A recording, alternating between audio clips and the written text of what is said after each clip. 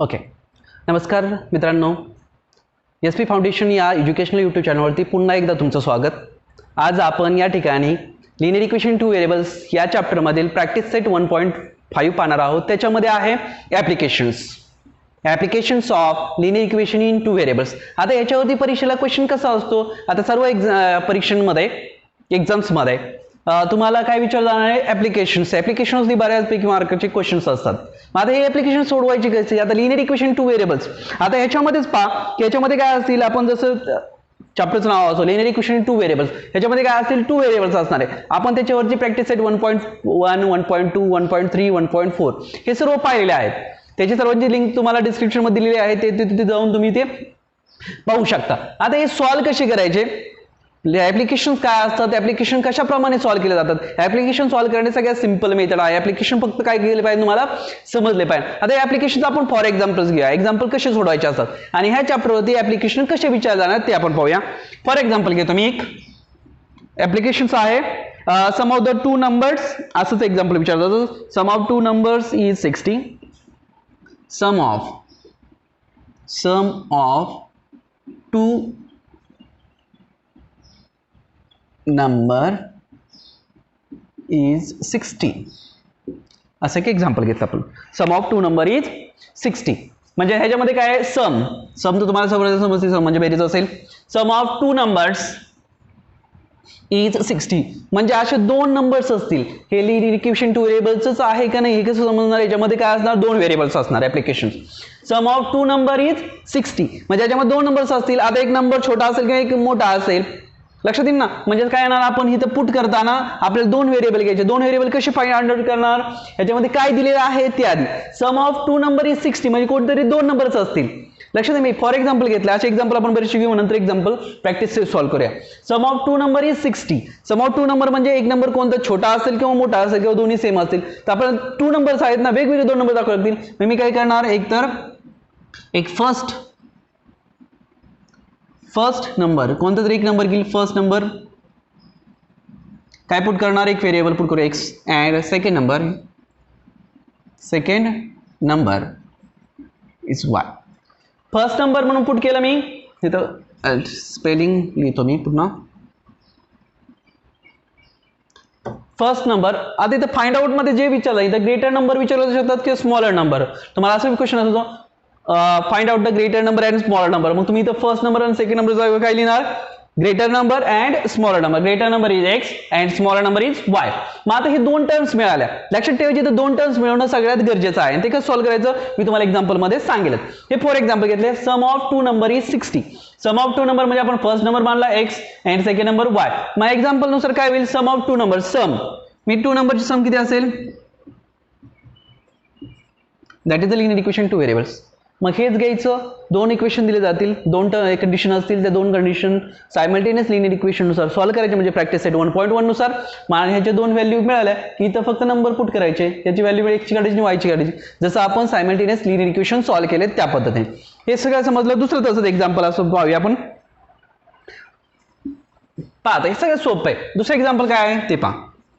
आता दुसरं example, a father is 3 times older than his son. A father is 3 times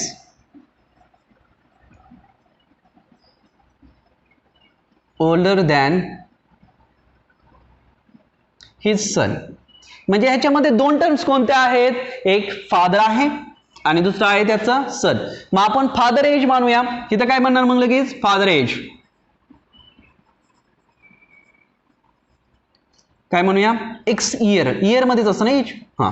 and son age y years. लक्षात येते कसं find out करायचं, याच्यामध्ये काय विचारलं आहे त्याच्यानुसार आपण दोन व्हेरिएबल आयडेंटिफाय करणार किंवा पुट करणार आहेत, एक्स आणि वायच्या ठिकाणी. म्हणजेच father age and son age. Father is older than his son म्हणजे फादर हा मुलापेक्षा 100% मोठा असतो. म्हणजे आपण एक्स लिहिला, father age is older than his son, 3 times older than his son. 3 times older than his son means काय, 3x.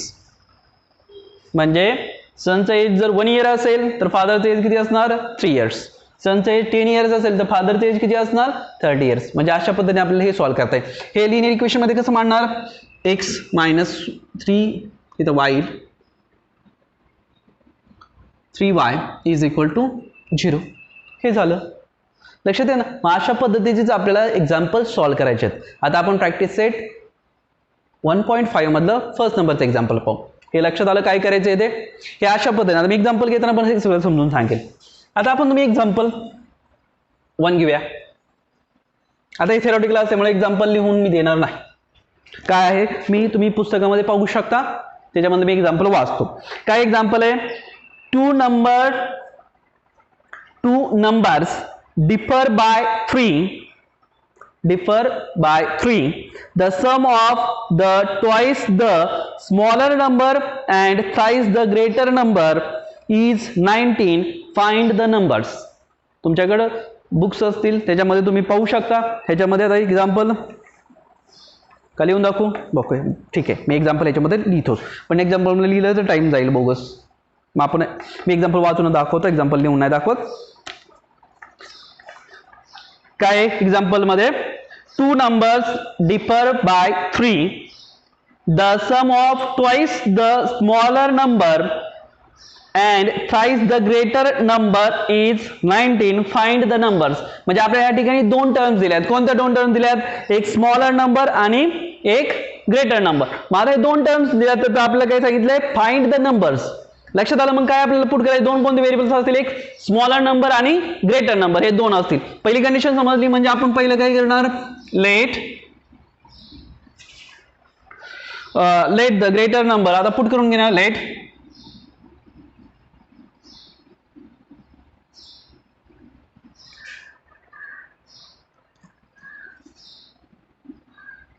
Greater number. आता greater number be तुम्ही एक्सपुट करा and smaller number be y. म्हणजे आपल्याला काय दिलेलं आहे आधी हे समजावं. एक्झाम्पल मध्ये दिलेलं आहे ग्रेटर नंबर आणि स्मॉलर नंबर आणि आपल्याला फाइंड द नंबर्स विचारलंय. म्हणजे याच्यामध्ये आपण काय दोन कोणते व्हेरिएबल्स घेतले आपण एक ग्रेटर नंबर आणि स्मॉलर नंबर. लक्षात आलं. आता याच्यावर हे झाल्यानंतर तुम्हाला फर्स्ट कंडिशन ह्याच्यामध्ये फर्स्ट कंडिशन दिलेली आहे to numbers differ by 3. To numbers differ by 3 he first condition आहे. आता बाय फर्स्ट कंडिशन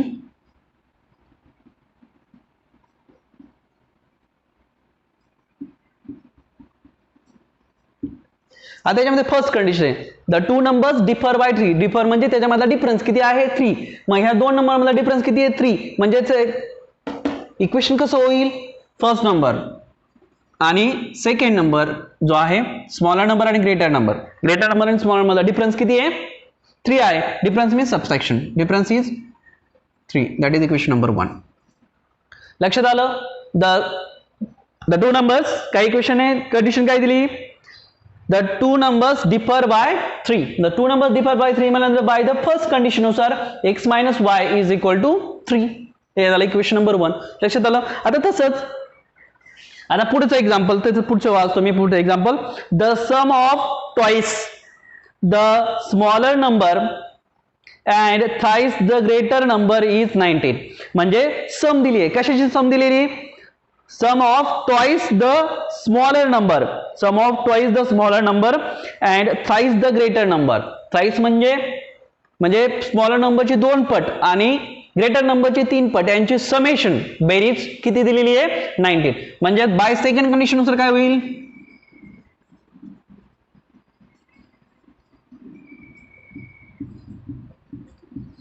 पुन्हा परत वाचतो मी the sum of twice the smaller number. Twice the smaller number म्हणजे ट्वाइस द स्मॉलर नंबर कसं होईल इथं स्मॉलर नंबरचा ट्वाइस म्हणजे 2y होईल आणि थ्राइस द ग्रेटर नंबर म्हणजे इथं 3y होईल. यांची समेशन किती दिलेली आहे 19. म्हणजे हे इक्वेशन काय होईल 3x इथं x असेल thrice the greater number. Thrice the greater number लिहिलंय थ्राइस द ग्रेटर नंबर म्हणजे 3x plus 2y is equal to 19. याला म्हणायचं equation number 2.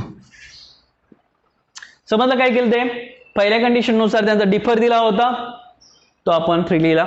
By the second condition नुसार ही कंडिशन मध्ये थोडंसं चेंज केला. काय चेंज केला? Sum of the twice the smaller number and thrice the greater number is 19. म्हणजे स्मॉलर नंबरची 2 पट केली आणि ग्रेटर नंबरची 3 पट केली, यांची समेशन किती असेल? 19 असेल. हे दुसरं नंबरचं इक्वेशन आपल्याला कंडिशन दिली, त्यानुसार आपण 2 इक्वेशन तयार केले. सर्वात महत्त्वाचं ह्या ॲप्लिकेशनमध्ये तुम्हाला एक्झाम्पल समजण्यासाठी तेच एक्झाम्पल 2दा वाचा, 3दा वाचा, वारंवार वाचा. एकदा तुम्हाला हे अंडरस्टँड झालं की कशा पद्धतीने आपण एक्झाम्पल सॉल्व्ह करायचे, तुम्ही ह्याच्यावरची सर्व एक्झाम्पल सॉल्व्ह करू शकता. मुलं काय करतात? थिअरॉटिकल आहे, थिअरी जास्त लिहावं लागते. ह्याच्यामध्ये फक्त एकदा एक्झाम्पल अंडरस्टँड करून घ्या, how to solve the example. आणि ह्याच्यामध्ये ट्रिक कोणत्या आहेत? ह्याच्यामध्ये ट्रिक कोणतीच नाहीये, फक्त 2 कंडिशन, 2 व्हेरिएबल शोधता आले पाहिजे. 2 व्हेरिएबल नुसार त्याच्या कंडिशन लिहायच्या, 2 इक्वेशन मिळायचे आणि हे 2 इक्वेशन सायमल्टेनियस इक्वेशन नुसार सॉल्व्ह करायचे. संपलं एक्झाम्पल. आता इथे पुढे पहा, 2 इक्वेशन आहेत. Equation number 1, equation number 2. आता इक्वेशन नंबर 1 आणि इक्वेशन नंबर 2 मध्ये पहा, याचा व्हेरिएबल किती आहे? y. याचा व्हेरिएबल y, याचा कोएफिशियंट 2, याचा कोएफिशियंट 1. मग सेम करण्यासाठी मला इक्वेशन 1 ला किती मल्टिप्लाय करावं लागेल? 2 ने. मग तेच कारण मी मल्टिप्लाय इक्वेशन 1 बाय 2 का करतो हे सर्वांना समजतंय ना? Okay.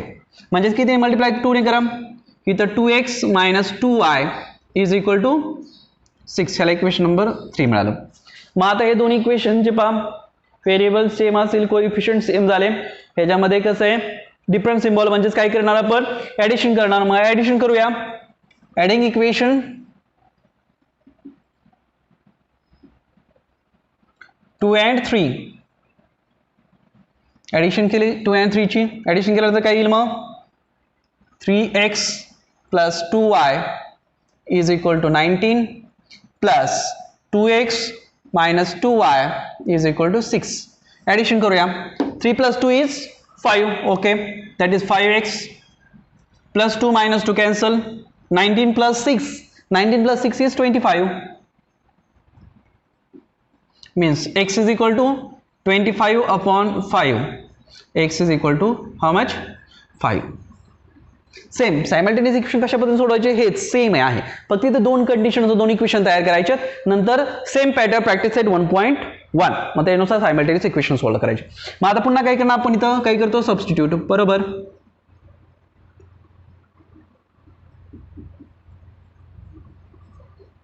x is equal to 5 in equation कोणत्या इक्वेशन मध्ये पुट करता? इक्वेशन नंबर 1 मध्ये पुट करूया. x - y is equal to 3. Clear? x - y is equal to 3 म्हणजेच काय करणार? 5 - y इज इक्वल टू 3. आता पुट करूया. -y is equal to 3 - 5. 3 - 5 means y is equal to -2. y is equal to -2. y is equal to -2 put केलं तर किती येईल? y is equal to 2. त्याला काय लिहिलं? मल्टिप्लाय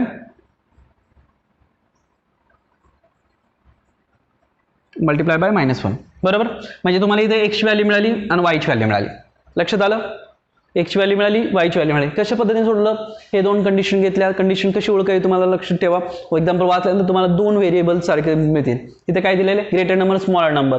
मग ग्रेटर नंबर, स्मॉलर नंबर तुम्ही ग्रेटर नंबर x माना, स्मॉलर नंबर y माना. जशा कंडिशन असतील तसे. मग 2 व्हेरिएबल मिळाले. त्या फर्स्ट कंडिशन नुसार 2 इक्वेशन तयार करा आणि सायमल्टेनियस इक्वेशन नुसार त्याचे व्हेरिएबल च्या व्हॅल्यू फाइंड आउट करा. आणि लास्टला काय लिहायचं? मग हेच आपल्याला काय सांगितलंय? Find the number. आपल्याला फाइंड द नंबर सांगितलंय. नंबर कोणते असतील? मग काय लिहिणार आपण? हे देअरफॉर. लास्टला पुन्हा घेतले therefore the greater number be x. एक्सच्या जागेवर काय लिहिणार? ग्रेटर नंबर किती? एक्स म्हणजेच 5 अँड स्मॉलर नंबर बी 2. झालं आपलं example. Greater number be 5 and smaller number be. आता बीच्या जागी आपण ई जरी लिहिलं तरी चालेल. Greater number is 5 and smaller number is 2. हे आपल्याला अशा पद्धतीने सॉल्व्ह करता येईल. पहिलं एक्झाम्पल समजलं तुम्हाला? लक्षात आलं? म्हणजे आपल्याला रिक्वायर्ड जो नंबर होता तो आपला रिक्वायर्ड नंबर आपण फाइंड आउट केला. ग्रेटर नंबर 5 आला. या दोघांचा डिफरन्स पहा 3 येतोय. ओके, कोणत्या इक्वेशन मध्ये पुट करा तर आन्सर बरोबर झाला पाहिजे. अशा पद्धतीने आपल्याला एक्झाम्पल सॉल्व्ह करायचे. पहिलं एक्झाम्पल सर्वांना समजलं. ओके, आता आपण दुसरं एक्झाम्पल पाहूया.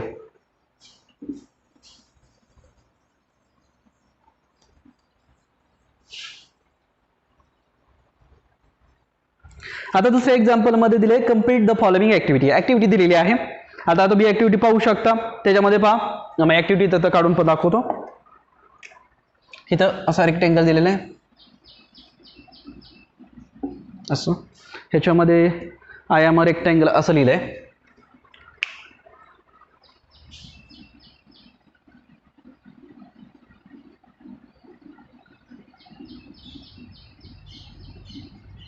आय एम रेक्टेंगल आणि इथं equation लिहिलेत 2x + y + 8 2x + y + 8 हे असं लिहिलं आहे. आणि नंतर 4x - y असं एक लिहिलं आहे. इथं 2y आणि ह्या ठिकाणी लिहिलं आहे x + 4 आणि त्यानंतर पुन्हा बॉक्स आहे असा बॉक्स आणि त्याच्या खाली पुन्हा बॉक्स आहे असं बॉक्स आहे. बॉक्समध्ये काय सांगितलं, find the value of x and y. Find the value of x and y. पुन्हा find all area and perimeter. Find काय सांगितले, find my area and perimeter.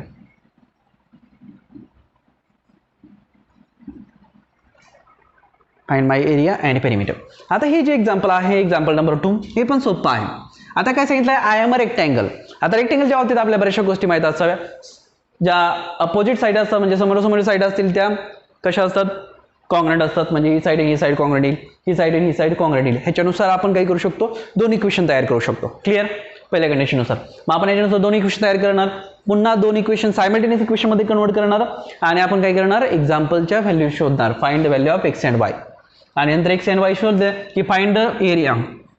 Formula काय आहे, what is the area of rectangle length into breadth. त्याचं multiplication करणार, ते शोधणार. Perimeter, what is the formula for area of perimeter of a rectangle. Perimeter of रेक्टेंगलचा formula काय आहे, 2 in bracket length plus breadth. हे असे फॉर्म्युला असतील ते आपण याच्यामध्ये ऍड करू आणि हे सॉल्व्ह करूया. आता हे कसं सॉल्व्ह करायचं ते पहा. हे एक एक्झाम्पल तुमच्या परीक्षेला असं विचारलं जाऊ शकतं. सध्याला ऍक्टिव्हिटीज विचारतात, मग ही ऍक्टिव्हिटी पण विचारली तर कसं सॉल्व्ह करायचं. आता फर्स्ट पाहूया. आता हे सॉल्व्ह करायचं आपल्याला. मग आपल्याला पहिली कंडिशन माहिती असावी. हे काय, आय एम अ रेक्टेंगल तो दिलाय. रेक्टेंगलच्या कंडिशन माहिती असाव्यात. काय कंडिशन आहे पहिल्यांदा याची, the opposite sides of the rectangles are congruent. मग ते लिहितो मी.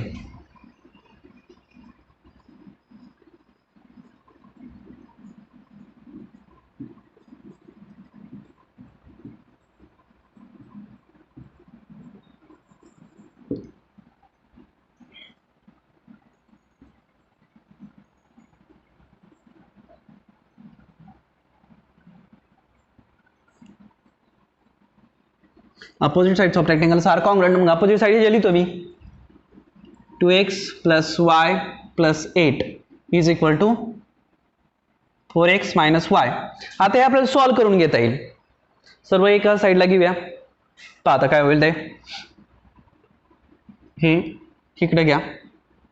काय येईल, 2x हे तर प्लस 4x आहे, तिकडे किती झालं, -4x होतील. प्लस इथं y आहे, हे प्लस -y इकडे आल्या प्लस y होईल. Plus y + 8 is equal to, इथे किती येईल, 0 येईल. लक्षात आलं कसं केलं ते, ह्या सर्व साईड इकडे टाकल्या म्हणजे 2x प्लस होतं, हे 4x प्लस होतं, तर इकडे आलं मायनस. y जसं तसं, हे y मायनस होतं, इकडे आलं प्लस 8 जसं तसं. हे किती येईल सबट्रॅक्शन, -2x बरोबर, -2x + 2y + 8 is equal to 0. आता हे लिनियर इक्वेशन 2 व्हेरिएबल्समध्ये आहे. मग आपण ते पुन्हा कन्वर्ट करूया. म्हणजेच काय येईल, -2x + 2y is equal to -8. हे आपलं इक्वेशन नंबर 1 झालं. लक्षात येते. आता इक्वेशन नंबर 1ला मला इथं मायनस ठेवायचं नाही, मी मल्टिप्लाय करू शकतो -1ने. -1ने मल्टिप्लाय केल्यानंतर काय येईल, तर 2x हे -2y इज इक्वल टू 8. ह्याला इक्वेशन नंबर 1. ह्याला काय लिहिलं, मल्टिप्लाय बाय -1. ह्याला -1 ने मल्टिप्लाय केलं. -1 ने मल्टिप्लाय केल्यानंतर मला हे इक्वेशन मिळालं. हे इक्वेशन कसं मिळालं समजलं, हे इक्वेशन कसं आलं ते समजलं. ओके, आता हे मी इक्वेशन इथं लिहितो. 2x - 2y is equal to 8. ह्याला इक्वेशन नंबर 1. आता हे कसं आलं ते समजलं. Opposite sides of the rectangles are congruent. त्याच्यानुसार मी इक्वेशन 1 तयार केलं. हे 2 व्हेरिएबल्स मधील आहे. आता तसं सेम पॅटर्न मी हा घेणार. मग हे आता पुसतो. हे चालेल ना पुसल्यानंतर. ओके, तसंच सेम त्याच्याच खाली लिहायचं. तुम्ही पुसायचं नाही, त्याच्या खाली लिहायचं. म्हणजेच काय लिहि आता 2y is equal to x + 4. म्हणजे आता काय करू, x इकडे घेतो मी. काय होईल मग -x + 2y is equal to 4. लक्षात आलं. -2y हे असं केलं. आता पुन्हा याला -1 ने मल्टिप्लाय जरी केलं तरी काय अडचण येणार नाही. असं ठेवलं तरी काय अडचण येणार नाही. लक्षात राहील ना. ओके, आता काय करूया आपण, ह्याला इक्वेशन नंबर 2 म्हणूया. आता मी इथून पुन्हा इथं लिहितो. -x + 2y is equal to 4. ह्याला इक्वेशन नंबर 2 लिहिलं. समजेल ना. ओके, आता हे दोन इक्वेशन आले. आता हे कसे आले, का आले, हे तुम्हाला सर्वांना समजलं असेल. आता हे दोन इक्वेशन आहेत. आता हे दोन इक्वेशन मला सॉल्व्ह करायचे आहेत आपल्या प्रॅक्टिस सेट 1.1 नुसार. मग आता काय करणार, इथं पहा, इथं डिफरंट सिम्बॉल आहे, आपण ॲडिशन करू शकतो. इथं कोइफिशियंट सेम आहे, तर आपण दोन इक्वेशनचे ॲडिशन करूया. मग काय लिहितो, adding equation 1 and 2 we get 1 and 2 चे ॲडिशन करूया. 2x - 2y is equal to 8 plus आता इथं -x + 2y is equal to 4 असं आहे. आपण ॲडिशन करताना सिम्बॉल चेंज होत नाही, त्याच्यामुळे याचं सिम्बॉल चेंज झालं. हे 2 - 1 2 - 1 मीन्स काय येणार 1. मग इथं 1 येईल, इथं येईल x. हे एकमेकांना कॅन्सल होईल. इथं किती राहील, दॅट इज 12. लक्षात आलं. हे 12 कसं आलं ते. मग हा आता फर्स्ट आला आपलं. Therefore x is equal to 12. आता ही आपली पहिली व्हॅल्यू मिळाली. x ची व्हॅल्यू मिळाली आपल्याला. आता x ची व्हॅल्यू मिळाली, आपल्याला y ची व्हॅल्यू काढायची. मग आपण कोणत्यातरी एका इक्वेशनमध्ये पुट करूया. इक्वेशन नंबर 2 मध्ये पुट करू. काय करणार, सबस्टिट्यूट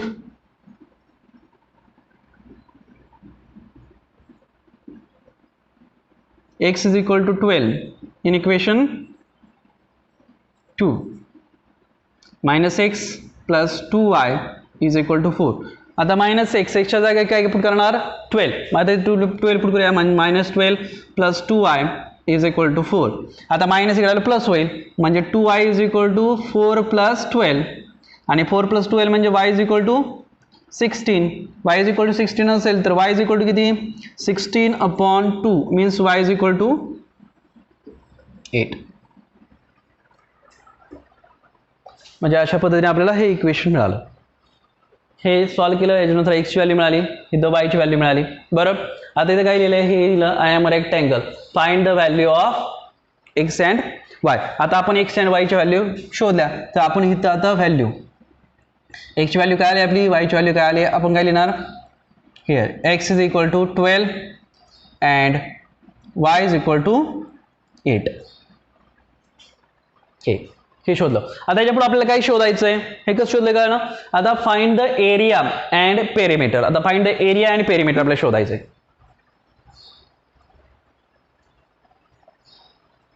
आता आपल्याला फॉर्म्युला माहित असावा. काय फॉर्म्युला,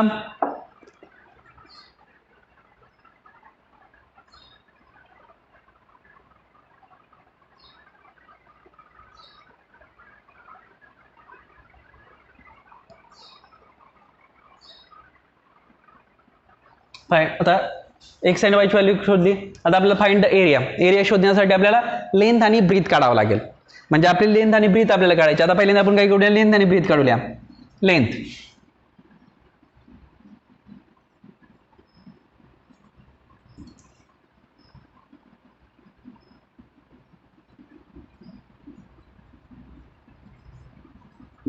लेंथ ऑफ रेक्टँगल. आता लेंथ ऑफ रेक्टँगल मध्ये आपल्याला पहा इथं 2 आहेत.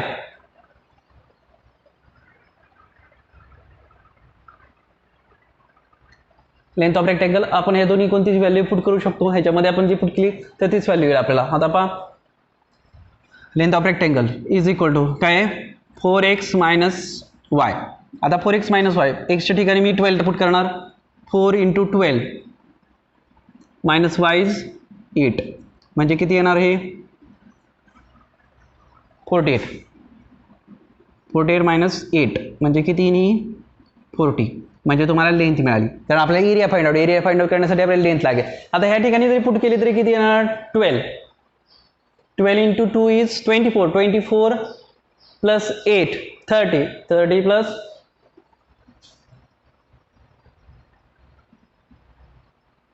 24 प्लस 16 इज 40 म्हणजे ह्याच्यामध्ये पुट केली की ह्याच्यामध्ये पुट केली तर तुमचा आन्सर हेच येणार. आता आपल्याला ब्रीथ फाइंड आउट करूया.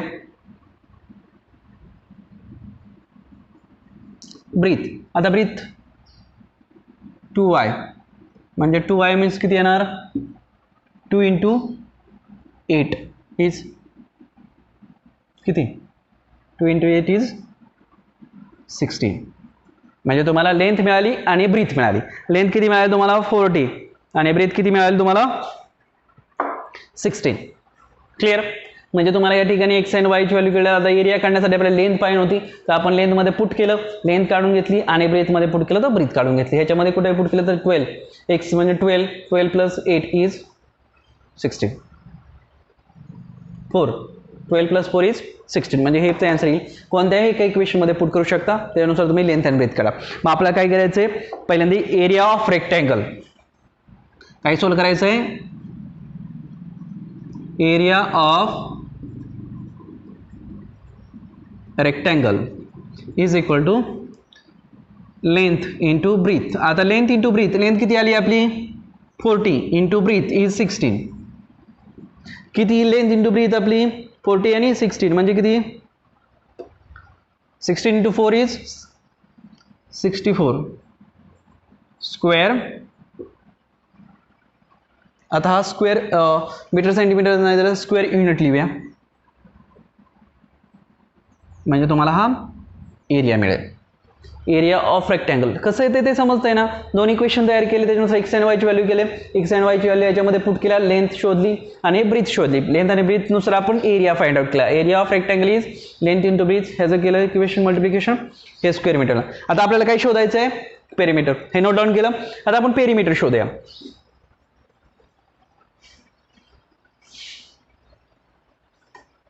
आता फॉर्म्युला काय आहे perimeter of rectangle is the perimeter of rectangle is second number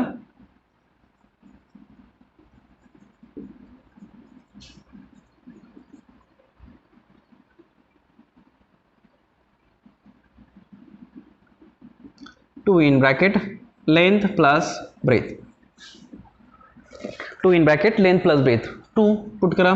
length किती आलेली आहे 40 प्लस ब्रेथ किती आली 16 बरोबर ना. ओके पुट करा मग 2 इंटू किती येणार that is 56 means how much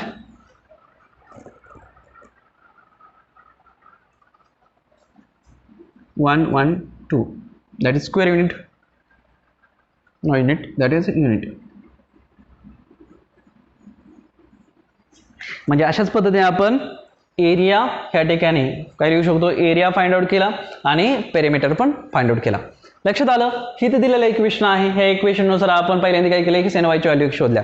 x and वायची व्हॅल्यू कशा शोधल्या आय एम रेक्टँगल तो रेक्टँगल बनला आहे म्हणल्यानंतर त्याच्या अपोजिट साईड कॉंग्रंट असतील. अपोजिट साईड कॉंग्रंट आलं त्याच्यानुसार आपण दोन इक्वेशन फाइंड आउट केले. दोन इक्वेशन सॉल्व्ह केल्यानंतर सॉल्व्ह कशा पद्धतीने केले सायमल्टेनियस लिनियर इक्वेशननुसार दोन इक्वेशन सॉल्व्ह केले. त्यानुसार आपण काय व्हॅल्यू केल्या एक्स अँड वायची व्हॅल्यू फाइंड आउट केल्या. एक्स अँड वायची व्हॅल्यू फाइंड आउट केल्यानंतर आपण लेंथ काढली आणि ब्रीथ काढली. लेंथ आणि ब्रीथ कशासाठी काढली आपल्याला एरिया आणि पेरिमीटर हवा होता. एरिया आणि पेरिमीटरचा फॉर्म्युला काय आहे एरियाचा फॉर्म्युला लेंथ इंटू ब्रीथ आहे. मग आपल्याला लेंथ आणि ब्रीथ ह्याच्यामध्ये कोणत्यामध्ये एक पुट करा तुम्हाला लेंथ मिळेल आणि ब्रीथ मिळेल. मग ह्या फॉर्म्युलाचा यूज केला आणि हे एक्झाम्पल सॉल्व्ह केलं. सेकंड नंबर एक्झाम्पल तुम्हाला सर्वांना समजलं असेल. अशा पद्धतीने ऍक्टिव्हिटी विचारली तर तुम्हाला अशा पद्धतीने सॉल्व्ह करायचं आहे. मग या ठिकाणी पण असंच लिहू शकता इथं एक्स अँड वायची व्हॅल्यू लिहा इथं एरिया लिहू शकता किती आला आणि पेरिमीटर किती आला ते ऍक्टिव्हिटीमध्ये समजलं.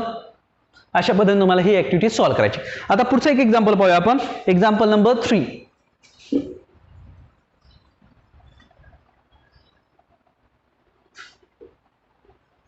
आता एक्झाम्पल नंबर 3 मी वाचून दाखवतो. एक्झाम्पल नंबर 3 काय आहे? Example number 3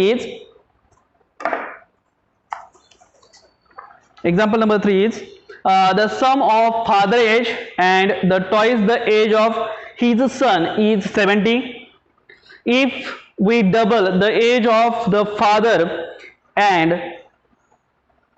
add it to the age of his son, the sum is 95. Find their present ages. मग आपल्याला काय विचारलंय? त्यांची प्रेझेंट एजेस किती आहेत. मग आपण ह्या ठिकाणी काय कन्सिडर करणार?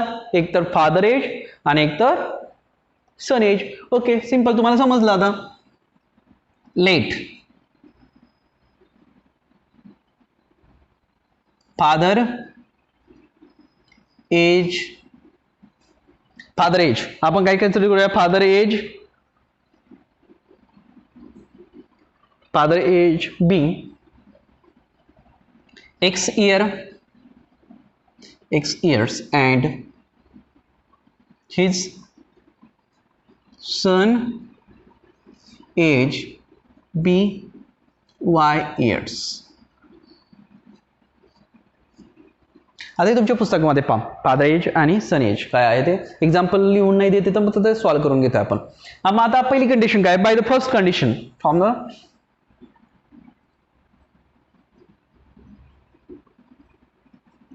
First condition.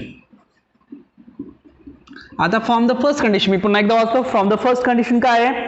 The sum of the father age and the twice the age of his son is 70. म्हणजे फादरचं एज आणि त्याच्या मुलाचं ट्वाइस केल्यानंतर एज त्यांची समेशन किती आली आहे? 70. म्हणजे कसं लिहिणार? सम of the father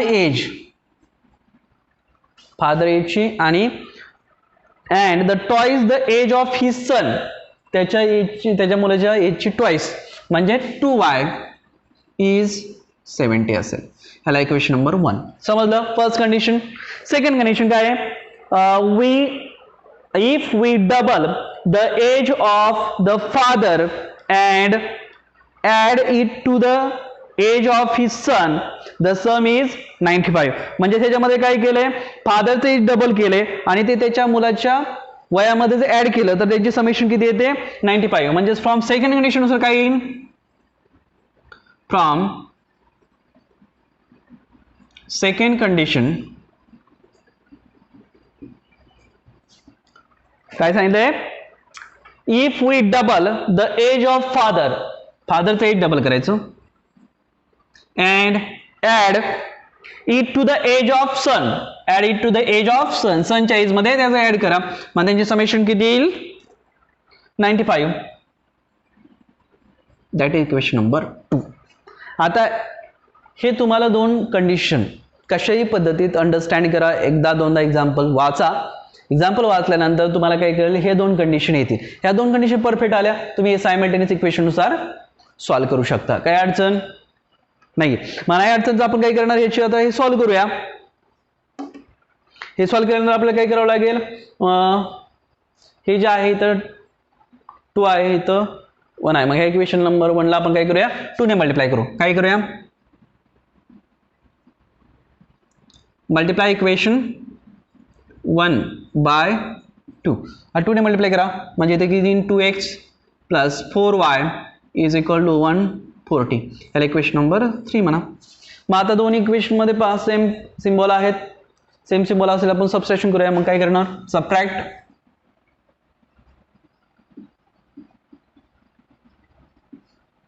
equation 2 from 3 काय आहे? 2x plus 4y is equal to 140 minus 2x plus y is equal to 95. Symbol change होतील. ह्याचा मायनस सिम्बॉल, ह्याचा मायनस सिम्बॉल, ह्याचा मायनस सिम्बॉल, हे एकमेकाला कॅन्सल होतील. हे किती येतील? 3y is equal to how much? हे किती येतील? That is 5 1 10 that is 4.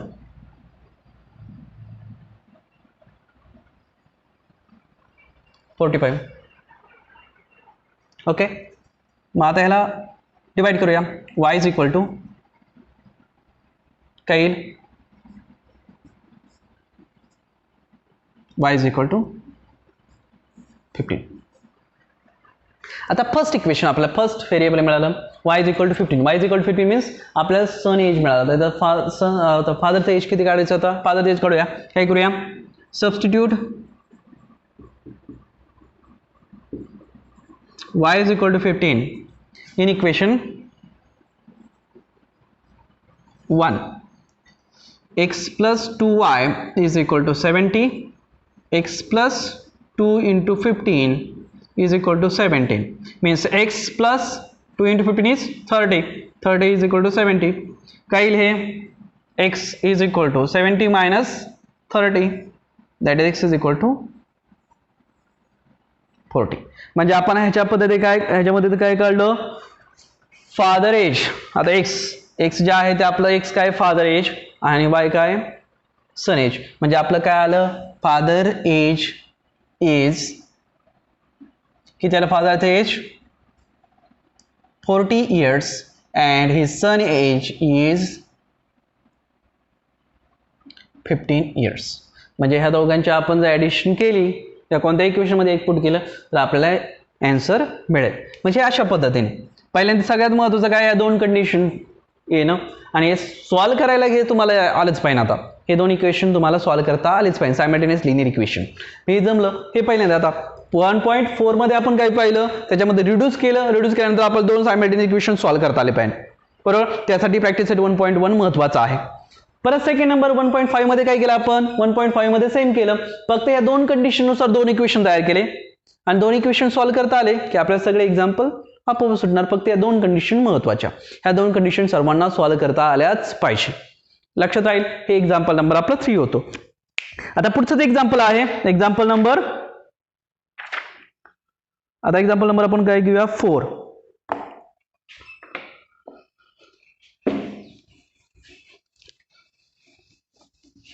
आता एक्झाम्पल नंबर 4 वाचा. एक्झाम्पल नंबर 4 तुमच्या पुस्तकामध्ये आहे. काय दिलेलं आहे?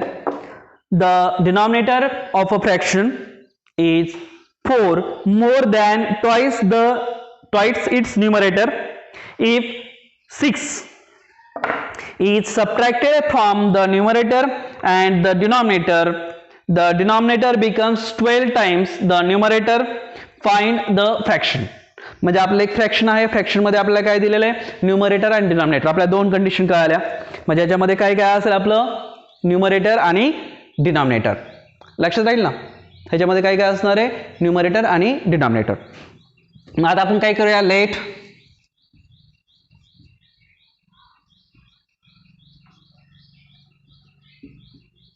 न्यूमरेटर ऑफ अ फ्रॅक्शन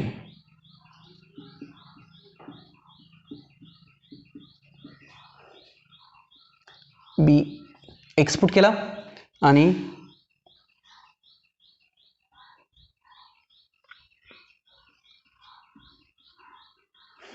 काय?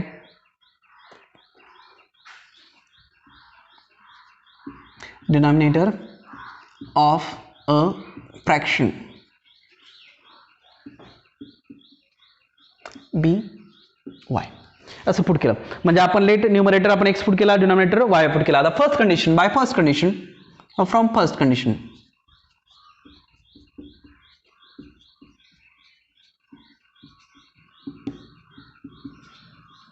आता फ्रॉम फर्स्ट कंडिशन. आता फर्स्ट कंडिशन वाचतो मी. फ्रॉम फर्स्ट कंडिशन मध्ये काय होणार आहे पहा?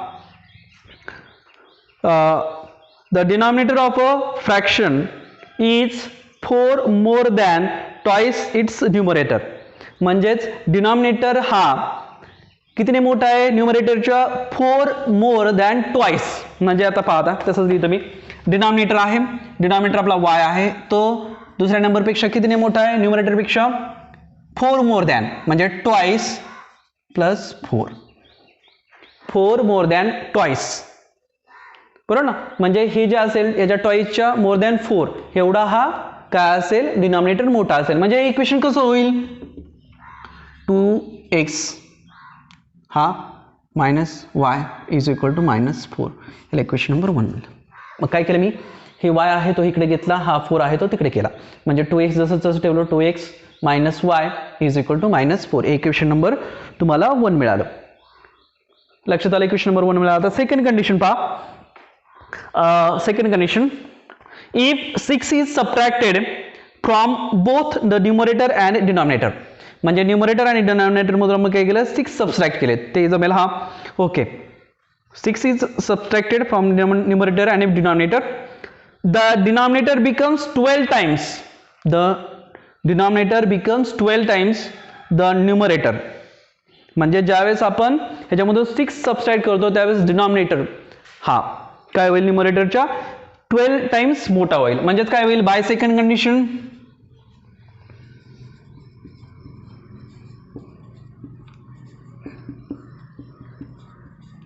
सेकंड कंडिशन मध्ये काय होणार, डिनॉमिनेटर हा मोठा होणार. डिनॉमिनेटर मध्ये 6 मायनस करायचं, म्हणजेच काय येईल, y minus 6. Clear. y minus 6 केलं, तो किती मोठा होणार आहे, न्यूमरेटर मध्ये दिला 12 times, means 12 into x minus 6, हा 12 टाइम्स मोठा होईल. म्हणजे हे इक्वेशन आलं. म्हणजे हे इक्वेशन आपण सॉल्व्ह करूया. y minus 6 is equal to 12x, 12 into 6 is 72. हे सॉल्व्ह केलं. आता हे पुन्हा आपण सायमल्टेनियस इक्वेशन मध्ये कन्वर्ट करूया. 12 जसं आहे तसंच इथं 12x हा प्लस वाय इकडे आल्यानंतर minus y is equal to हे मायनस 6 जसं तसं हे मायनस 72 आहे, तिकडे गेल्यानंतर प्लस 72. लक्षात येत आहे. म्हणजे ते किती 12x minus y is equal to ह्या दोघांचं सबट्रॅक्शन करा. 72 minus 6 is 66. That is equation number 2. आपल्याला इक्वेशन नंबर 1 आणि इक्वेशन नंबर 2 मिळालं. आता इक्वेशन नंबर 1 आणि इक्वेशन नंबर 2 मिळालं तर आपण काय करणार आता, इथं पहा इथं y आहे, इथं y आहे. मग ह्या दोघांचं आपण काय करूया, डिफरंट सिम्बॉल सेम सिम्बॉल असेल तर आपण सबट्रॅक्शन करूया. मग आपण तेच करूया.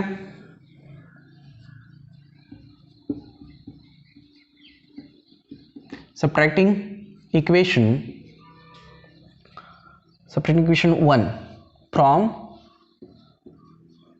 2, 1 फ्रॉम 2. म्हणजे आता काय करणार, 12x minus y is equal to 12x minus y is equal to 66 minus 2x minus y is equal to minus 4. आता सिम्बॉल चेंज होईल, हा मायनस हा प्लस आणि हा प्लस मायनस होईल. म्हणजे इथे किती येईल 10x, हे कॅन्सल होईल. आता हे किती होईल 66 प्लस 4 इज 70. म्हणजेच x इज इक्वल टू किती येणार 70 अपॉन 10. म्हणजेच x इज इक्वल टू किती येणार 7. म्हणजे हा आपला काय मिळाला, x इज इक्वल टू 7 आपल्याला हा न्यूमरेटर मिळाला. आता डिनॉमिनेटर काढा. म्हणजेच काय करणार, पुन्हा substitute x is equal to 7 in equation, कोणत्या इक्वेशन मध्ये पुट करता, इन इक्वेशन ठीक आहे 1 मध्येच पुट करूया. इक्वेशन 1 म्हणजे 2x minus y is equal to minus 4 put करूया. 2 into 7 minus y is equal to minus 4, that is 14 minus y is equal to minus 4, minus y is equal to minus 4 minus 14, minus y is equal to minus 18 and y is equal to 18. y is equal to 18. मग अशा पद्धतीने आपण numerator मिळवला, denominator मिळवला. कशा पद्धतीने मिळवलं लक्षात आलं. पहिले कंडिशननुसार 2 इक्वेशन तयार करता आले पाहिजे. हे 2 इक्वेशन तुम्हाला सॉल्व्ह करता आले. हे इक्वेशन नंबर 1 आणि इक्वेशन नंबर 2 सायमल्टेनियस इक्वेशननुसार सॉल्व्ह करायचे. x आणि y ची व्हॅल्यू काढायची. एक्झाम्पल सुटलं. फक्त ह्या प्रॅक्टिस सेटमध्ये समजणं काय महत्त्वाचं आहे, तुम्हाला ह्याच्या कंडिशननुसार 2 इक्वेशन तयार करता येणं. ह्याची जेवढी तुम्ही वारंवार प्रॅक्टिस कराल तेवढं तुम्हाला सगळ्यात सोपं जाईल. आणि ॲप्लिकेशन हे सर्व सोपे असतात. त्यासाठी पहिले जे आहेत प्रॅक्टिस सेट 1.1 1.2 हे पहिले प्रॅक्टिस सेट सर्व येणं गरजेचं असतं. त्याच्यासाठी हे इक्वेशन सॉल्व्ह करा. अशाच पद्धतीने आणखी 2 एक्झाम्पल आहेत. ते सर्व एक्झाम्पल मी सोडून देत नाही. तुम्हाला जर काही वाटलं तर तुम्ही कॉमेंट करू शकता. तशा पद्धतीने मी पुन्हा सॉल्व्ह करेल. तुम्ही हे आता 2 कंडिशन तयार करायची का, आपोआप तुम्हाला हे सर्व येईल सुटेल. लक्षात राहील. मी पहिले एक्झाम्पल 4 घेतलेत आणि 2 आहेत ते 2 एक्झाम्पल घेतले असते, परंतु परत हा व्हिडिओ सगळ्यात मोठा होईल. त्यासाठी मी ह्याच्यातले 2 एक्झाम्पल ठेवलेले आहे. 2 एक्झाम्पल तुम्ही कधी सॉल्व्ह करा. काही जर अडचण आली, इक्वेशन तयार होत नसेल तर खाली कॉमेंट करा. कॉमेंट केल्यानंतर मी पुन्हा ते तुमच्या कॉमेंटला आन्सर देण्याचा 100% प्रयत्न करेल. अशाच पद्धतीने आज आपण प्रॅक्टिस सेट 1.5 हा कंप्लीट केलेला आहे. अशा पद्धतीने आपलं practice set 1.1, practice set 1.2, practice set 1.3 आणि प्रॅक्टिस सेट 1.5 हा सगळं संपलेलं आहे. हे प्रॅक्टिस सेट 1.5 मध्ये मी practice set 1.1, practice set 1.2, practice set 1.3 आणि प्रॅक्टिस सेट 1.4ची लिंक डिस्क्रिप्शनमध्ये देईल. ते सर्व व्हिडिओ आधी पाहिले नसतील तर त्याच व्हिडिओची प्रॅक्टिस करा, नंतर हा व्हिडिओ पहा आणि ह्याचे सगळे एक्झाम्पल सॉल्व्ह करण्याचा प्रयत्न करा. अशाच पद्धतीने आपण लिनियर इक्वेशन 2 व्हेरिएबलमध्ये प्रॅक्टिस सेट 1.1 पासून 1.5 पर्यंतचे सर्व प्रॅक्टिसेस सॉल्व्ह केलेले आहेत. सर्वांना समजले असतील आणि तुम्ही मला व्हिडिओला लाईक केलं, सबस्क्राईब केलं, माझ्या व्हिडिओला एवढा रिस्पॉन्स दिला त्याबद्दल मी सर्वांचं पुन्हा एकदा मनापासून आभार मानतो. असंच तुमचं माझ्यावरती प्रेम राहू द्या. आपण पुन्हा भेटूया पुढच्या चॅप्टरमध्ये. तोपर्यंत बाय.